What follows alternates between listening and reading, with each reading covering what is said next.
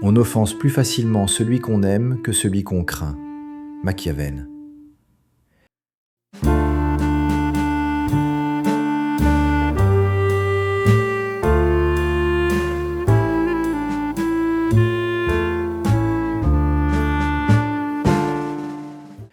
Il existe une phrase que beaucoup d'hommes n'osent jamais prononcer à voix haute, parce qu'elle heurte de front tout ce qu'on leur a appris sur la morale, la loyauté et la bonté. Aider certaines personnes vous affaiblit. Pas parce que l'aide serait mauvaise en soi, mais parce qu'elle est souvent donnée au mauvais endroit, au mauvais moment, et surtout aux mauvaises personnes. Et le prix à payer n'est pas symbolique, il est concret. Énergie, temps, respect, autorité, parfois bien plus. Si cette idée vous met immédiatement mal à l'aise, c'est normal. Elle touche un point sensible, profondément ancré.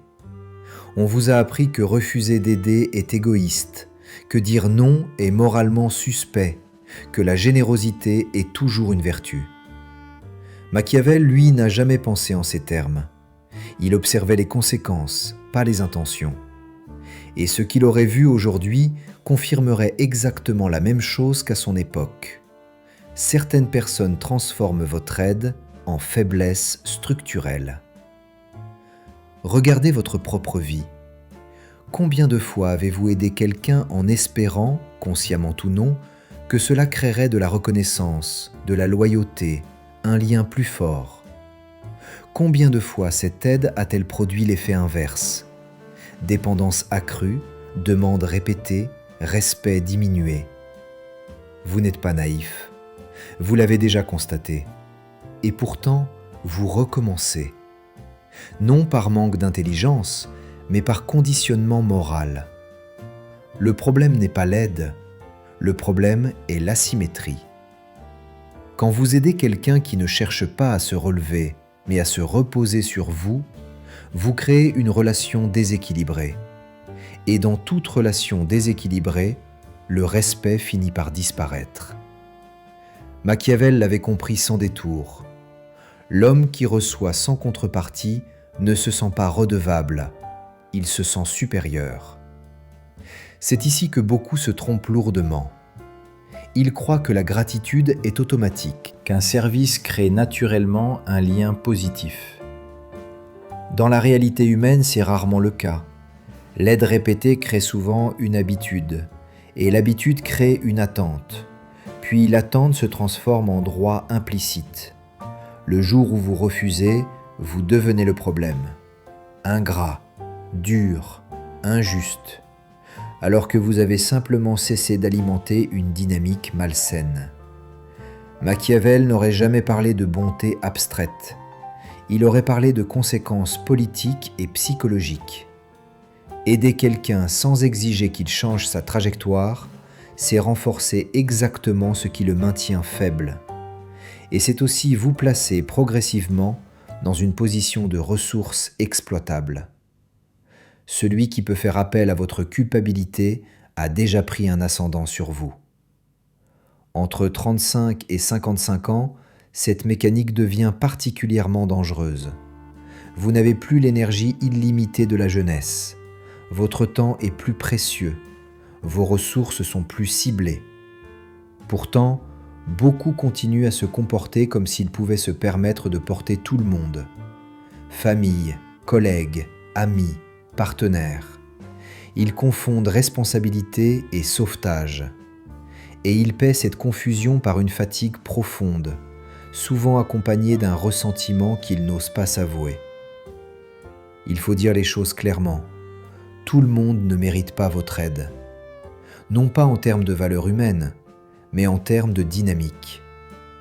Certaines personnes utilisent l'aide pour se transformer. D'autres l'utilisent pour éviter de se transformer. Aider les premières est un investissement. Aider les secondes est une perte nette. Machiavel aurait jugé cette distinction essentielle, car elle sépare ceux qui peuvent devenir des alliés de ceux qui resteront des poids. Ce qui rend cette vérité difficile à accepter, c'est qu'elle entre en conflit direct avec l'image que beaucoup d'hommes ont d'eux-mêmes. Ils veulent se voir comme justes, loyaux, généreux. Refuser d'aider menace cette identité. Mais Machiavel aurait posé une question plus brutale. À quoi sert une générosité qui détruit votre position ?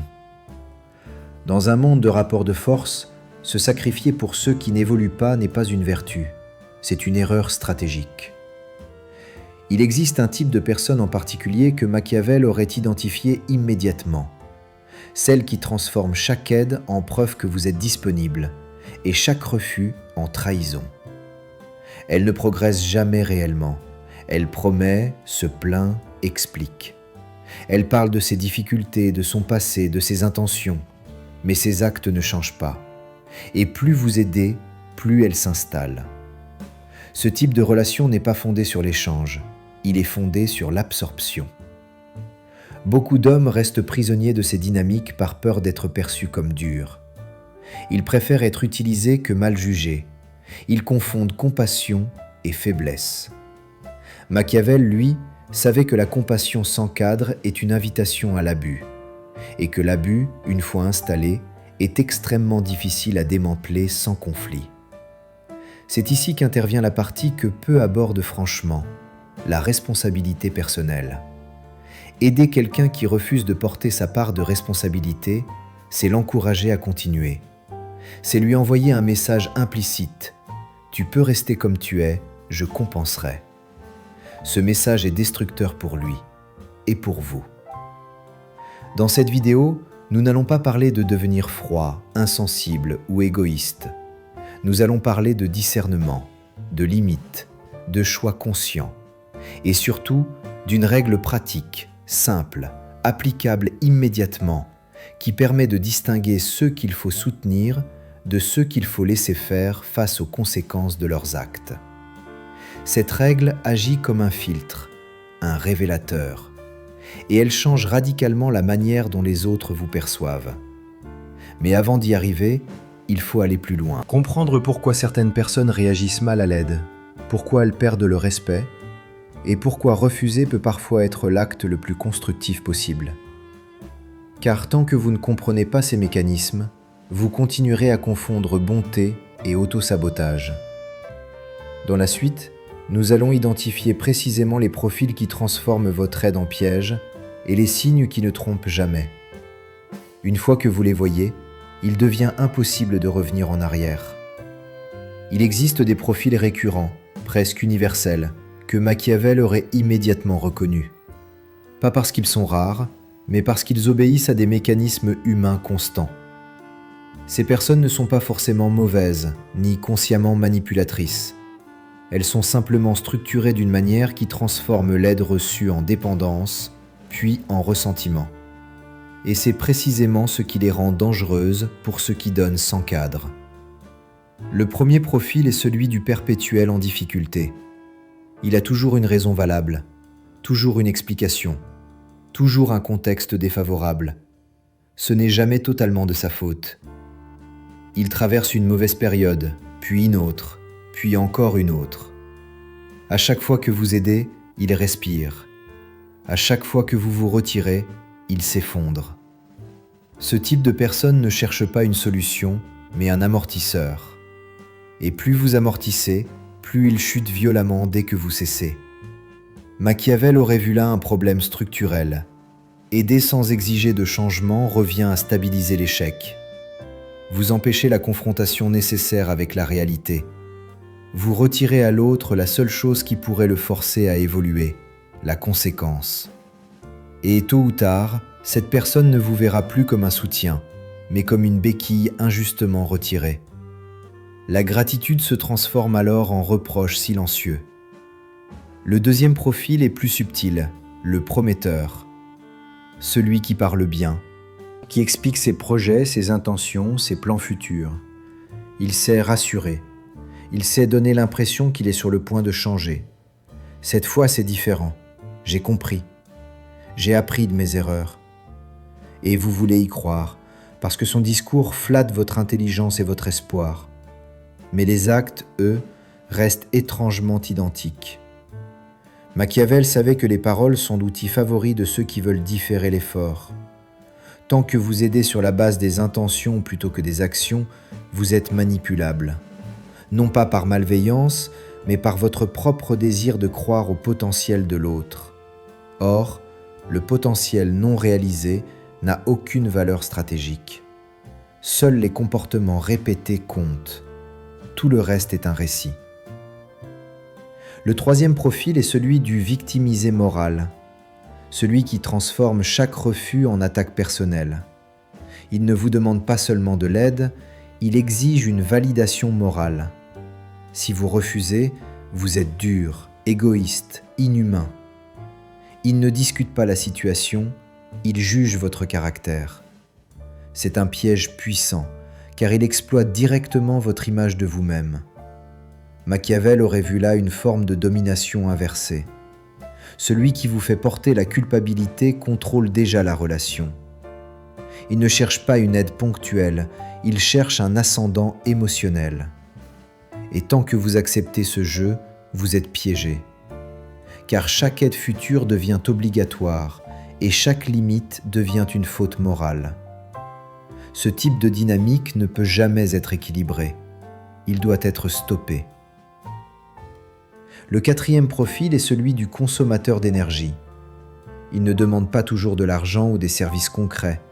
Il demande du temps, de l'écoute, de la présence constante. Ces problèmes deviennent le centre de la relation. Vous repartez vidé, fatigué, alourdi. Et pourtant, rien ne change pour lui. Il se soulage, mais ne se transforme pas. Machiavel aurait considéré ce type de relation comme un drainage stratégique. Votre énergie est une ressource. La donner sans retour, sans évolution, sans limite claire, c'est affaiblir votre propre position dans le monde. Beaucoup d'hommes sous-estiment ce point. Ils protègent leur argent, leur statut, mais laissent leur énergie être absorbée sans contrôle. Et lorsqu'ils s'en rendent compte, il est souvent tard. Il existe enfin un profil plus rare, mais particulièrement toxique, celui qui se sent humilié par l'aide. Il accepte ce que vous donnez, mais intérieurement, il le vit comme une preuve de sa propre infériorité. Cette humiliation se transforme lentement en hostilité. Il ne vous remercie pas vraiment, il vous observe, il vous compare, et un jour, s'il en a l'occasion, il cherchera à inverser le rapport de force. Machiavel avait parfaitement compris ce mécanisme. Il savait que l'aide peut créer de la rancœur lorsqu'elle met trop crûment en évidence une asymétrie. C'est pourquoi il recommandait toujours de mesurer l'effet psychologique d'un geste, pas seulement son intention. Aider quelqu'un qui ne peut pas supporter sa propre dépendance est dangereux, non seulement pour vous, mais pour lui aussi. Ce qui relie tous ces profils, ce n'est pas la faiblesse, mais le refus de responsabilité. Tant que ce refus est présent, toute aide devient contre-productive. Elle nourrit exactement ce qui empêche l'autre de se redresser, et elle vous entraîne, lentement, dans une position de ressource exploitable. C'est ici que beaucoup d'hommes commettent une erreur fatale. Ils continuent à aider en espérant que la prise de conscience viendra plus tard. Ils confondent patience et déni. Machiavel aurait été catégorique. Ce qui ne change pas sous contrainte douce ne change presque jamais sous confort prolongé. Il faut donc apprendre à observer un critère simple mais impitoyable.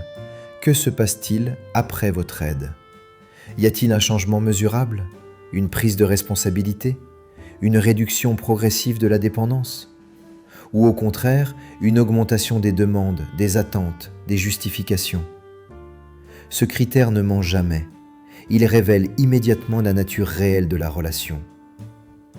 Dans la prochaine partie, nous irons encore plus loin.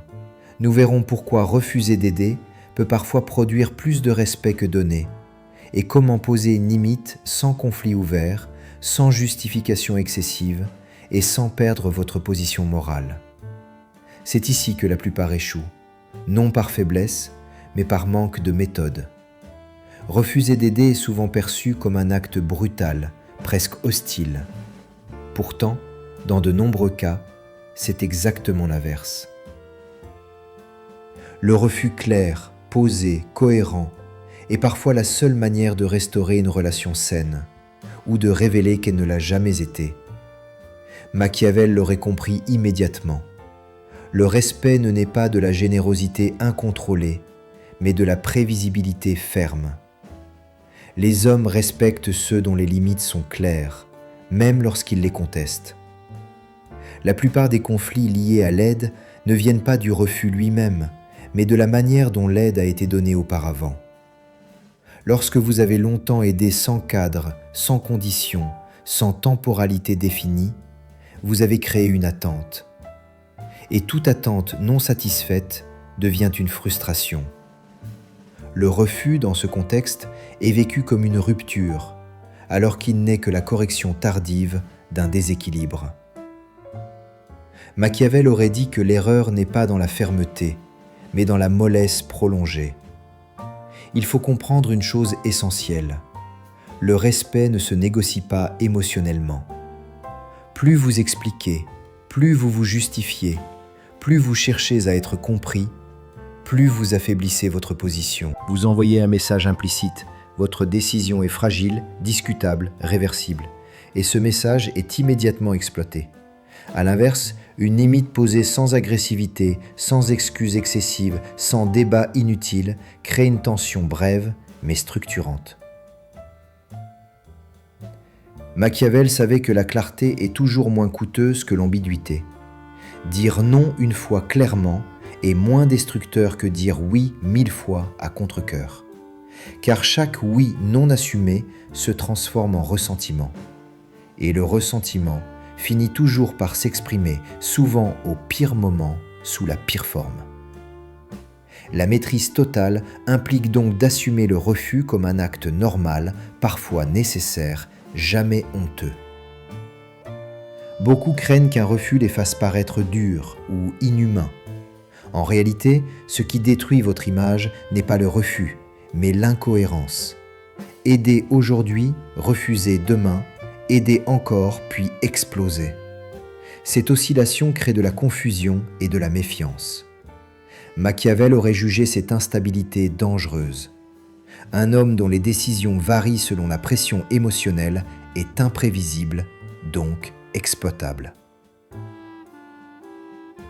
Il existe une manière simple de poser une limite sans entrer dans un conflit ouvert. Déplacer la responsabilité. Ne pas dire « je ne veux pas », mais « je ne peux pas continuer ainsi ». Ne pas attaquer la personne, mais la dynamique. Ne pas juger l'intention, mais observer les conséquences. Ce déplacement est crucial. Il empêche l'autre de vous enfermer dans un rôle moral. Vous ne refusez pas par égoïsme. Vous refusez parce que le cadre actuel est destructeur. Machiavel aurait insisté sur ce point. Ne jamais transformer une décision stratégique en débat moral. Le débat moral est infini. Il ne se termine jamais. Chacun peut toujours se poser en victime ou en justicier. La décision stratégique, elle, est close. Elle s'applique. Elle ne demande pas l'approbation. Elle demande seulement la cohérence dans le temps. Il est également essentiel d'accepter une conséquence possible. Certaines personnes disparaîtront lorsque vous cesserez de les aider. Et cela, aussi dur que cela puisse paraître, est une information précieuse. Cela révèle la nature réelle du lien. Machiavel aurait vu dans cette disparition non pas une perte, mais une clarification. Les relations qui ne survivent pas à la fin de l'aide n'étaient pas fondées sur l'échange, mais sur l'exploitation. Refuser d'aider peut aussi produire un effet paradoxal, le respect tardif. Lorsque l'autre comprend que vous n'êtes plus une ressource automatique, il est parfois forcé de se repositionner. Certains se redressent, d'autres s'éloignent. Dans les deux cas, la dynamique change. Et cette transformation n'aurait jamais eu lieu sans la fermeté initiale. C'est ici que beaucoup d'hommes échouent.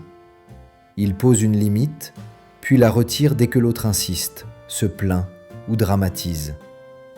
Ils confondent fermeté et insensibilité. Or, la fermeté n'est pas une absence d'empathie. C'est la capacité à maintenir une décision malgré l'inconfort émotionnel qu'elle génère. Machiavel aurait dit que celui qui cède à la première pression n'a jamais vraiment décidé. Il faut également comprendre que poser une limite n'est pas un événement ponctuel, mais un signal répété. Les premières fois, elle est testée, contestée, négociée. C'est normal. Les habitudes relationnelles ne disparaissent pas instantanément. Ce qui compte, ce n'est pas la réaction initiale de l'autre, mais votre constance. Plus vous tenez, moins il y a de tests. Plus vous cédez, plus ils se multiplient. À ce stade, une question essentielle se pose. Pourquoi est-ce si difficile pour vous de refuser ? Rarement par bonté pure, souvent par peur. Peur d'être mal jugé, peur de perdre le lien, peur du conflit, peur de paraître dur. Machiavel aurait vu dans ces peurs des leviers évidents de contrôle. Tant qu'elles vous gouvernent, quelqu'un peut les activer contre vous. La maîtrise totale implique donc de regarder ces peurs en face, sans les embellir. Tant que votre besoin d'être perçu comme bon dépasse votre besoin de rester souverain, vous serez vulnérable. Non pas parce que vous êtes mauvais, mais parce que vous êtes lisible. Et dans les rapports humains, la lisibilité excessive est une faiblesse. Dans la prochaine et dernière partie, nous passerons à l'élément clé que nous avons annoncé dès le début, la règle pratique. Simple, applicable immédiatement, inconfortable. Elle permet de trancher sans hésitation, sans culpabilité et sans vous perdre dans des justifications interminables. Une fois que vous l'appliquez, beaucoup de situations se clarifient d'elles-mêmes. Voici la règle, simple, directe et profondément inconfortable. N'aidez jamais quelqu'un tant que cette aide ne réduit pas sa dépendance à court ou moyen terme. Pas demain, pas un jour, pas quand il ira mieux. Concrètement mesurable. Si votre aide ne produit aucune augmentation d'autonomie, alors elle produit mécaniquement l'inverse, de la dépendance. Et cette dépendance finira toujours par se retourner contre vous, sous forme de reproches, de mépris discret ou de pression morale. Machiavel aurait vu là une loi humaine élémentaire. Ce qui soulage sans transformer, affaiblit. Cette règle change tout, parce qu'elle déplace immédiatement la question. Vous ne vous demandez plus « Est-ce que je devrais aider ?» mais « Que va-t-il se passer après mon aide ?» Si la réponse est floue, émotionnelle, pleine de promesses vagues, vous avez déjà votre réponse. Aider quelqu'un à condition qu'il agisse n'est pas de la cruauté, c'est de la sélection. Vous ne refusez pas l'aide, vous refusez l'immobilité. Machiavel n'aurait jamais conseillé de secourir indéfiniment un allié incapable de tenir debout seul. Non par manque de compassion, mais parce qu'un tel allié devient un risque. Dans la vie réelle, c'est exactement la même chose. Celui qui ne progresse pas malgré l'aide ne fait pas que stagner. Il vous entraîne vers le bas. Appliquons la règle. Si quelqu'un vous demande du temps, demandez-vous: est-ce que mon écoute l'aide à clarifier et agir, ou simplement à se soulager pour recommencer demain? Si quelqu'un vous demande de l'argent, est-ce que cette somme crée une sortie ou prolonge un cycle? Si quelqu'un vous demande du soutien émotionnel, est-ce que cela renforce sa responsabilité ou renforce son rôle de victime? La réponse est presque toujours évidente quand on ose la regarder sans se mentir. Et voici la partie la plus difficile à accepter. Si vous continuez à aider malgré l'absence de changement, vous devenez co-responsable de la stagnation. Ce n'est pas une accusation morale, c'est une réalité fonctionnelle. Machiavel aurait dit que vous entretenez une faiblesse que vous prétendez combattre. Et dans les rapports humains, cette incohérence est immédiatement ressentie. Celui que vous aidez peut ne jamais le formuler consciemment, mais il le sent. Vous compensez ce qu'il refuse d'assumer. Et ce sentiment détruit toute possibilité de respect durable. C'est ici que beaucoup d'hommes reculent. Ils sentent la vérité de cette règle, mais elle heurte trop violemment leur image d'eux-mêmes. Ils préfèrent rester bons que lucides. Machiavel, lui, aurait posé la question autrement. Bon pour qui et à quel prix? Appliquer cette règle vous coûtera quelque chose. Des relations, des habitudes, une certaine image. Certaines personnes s'éloigneront immédiatement. D'autres tenteront de vous faire culpabiliser. D'autres encore essaieront de négocier. C'est normal. Vous venez de retirer un confort invisible. Mais quelque chose d'autre se produira systématiquement. Votre position changera. Votre parole pèsera davantage. Vos limites deviendront crédibles. Et surtout, votre énergie cessera d'être aspirée par des situations sans issue. La maîtrise dont nous parlons depuis le début ne consiste pas à devenir dur. Elle consiste à devenir cohérent. Cohérent entre ce que vous dites, ce que vous faites et ce que vous tolérez. Machiavel savait que cette cohérence est rare et que c'est précisément pour cela qu'elle crée de l'autorité. Il faut le dire clairement, aider tout le monde, c'est n'aider personne durablement. Aider ceux qui se relèvent est un investissement. Aider ceux qui refusent d'avancer est une dette que vous payez à leur place. Cette règle n'a rien de spectaculaire. Elle ne fera pas de vous un héros moral, mais elle fera de vous quelqu'un de lisible, stable, difficile à exploiter. Et dans un monde saturé d'émotions, de culpabilité et de discours moraux confus, c'est déjà une forme de pouvoir. Machiavel n'a jamais demandé aux hommes d'être cruels. Il leur a demandé d'être lucides. Et la lucidité a toujours un prix. La question finale est simple, mais elle ne tolère pas de réponse confortable. Allez-vous continuer à aider pour être perçu comme bon, ou allez-vous enfin aider uniquement là où cela crée de la force, chez l'autre comme chez vous? À partir du moment où vous appliquez cette règle, beaucoup de dilemmes disparaissent d'eux-mêmes. Et ce qui reste n'est plus de la morale, mais du choix. Merci pour ton attention.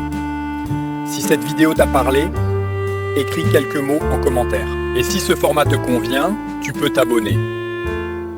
À la prochaine.